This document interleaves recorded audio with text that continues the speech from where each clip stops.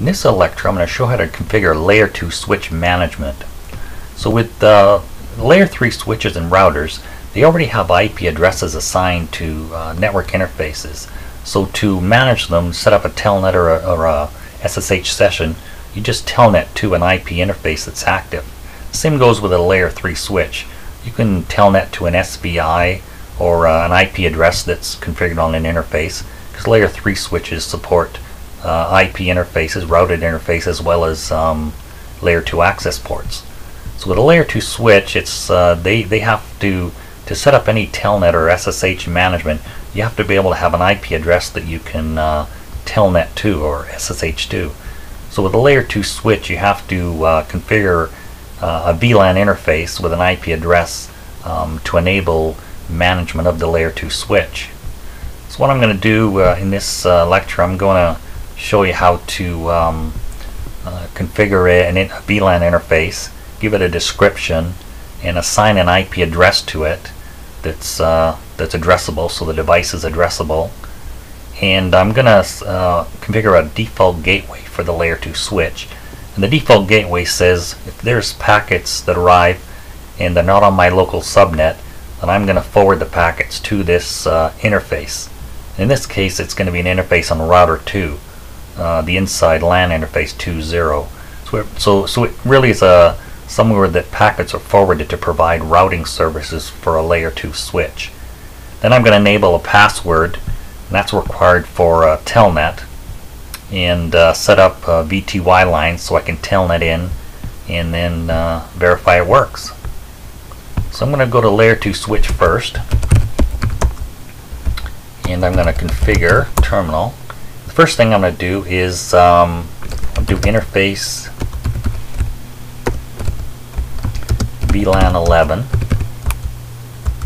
and I'm going to put an IP address on it, and it's going to be 192.168.3.254. give it a default subnet mask.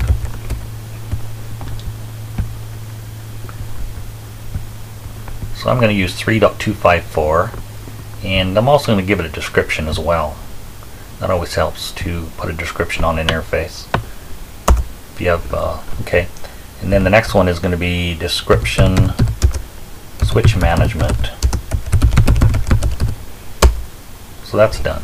So I've got it. So I've got the interface. I've got the IP address on it. Do a no shut because it's a Layer 3 interface. And that's done. So next thing I want to do is create the IP default gateway, and that's a requirement. So it's just IP default gateway, then the address of that router interface, and that's 168.3.2. And if you go to the topology here, it's this 2.0 interface on router 2. So if I go to 2.0, it's 3.2, just verifying it is, and packets will be sent that are not in VLAN 11 subnet right to router 2, so router 2 will provide routing services back to the host or any other network device. And the next thing, I want to enable a password, because that's required for remote management through telnet, and I'll just call it CCNA. Okay, so I've done the password, enable password. Now I'm just going to set up my VTY lines. I'm just going to put a password of Cisco on the line, use the login command to enable login, and then just do some testing.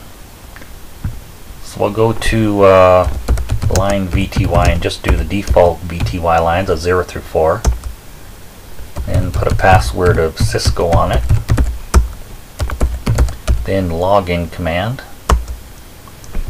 And that should do it. Not going to do any timeout commands or anything like that. So at this point, I can start telnetting from the host and the routers. I'll just look at my running configuration. Everything looks fine there. The switch is using VLAN 11. And so there it is there. There's the management IP address and the default gateway. and VTY lines are set up okay. So what I'll do is I'll just go over and telnet over to that IP address now from the host. So I'll just go to a command prompt. I'm going to telnet to that IP, to that VLAN interface. And I think my password is Cisco. So now I'm at the layer 2 switch. I can start managing it. There's layer 2 switch. It wants me to use an enable, so I've got an enable password. I'll use CCNA. There I am on the layer 2 switch. I'm currently managing it. And so there it goes through there. I can just show some of the commands I just used. And I can go to router 1 and do the same thing. CCNA. So I'll just telnet over there to the same command. Sign on to the VTY lines, and then the enable password for the layer 2 switch, and there it is. I'm on the layer 2 switch from router 1. And router 2, I can do this as well.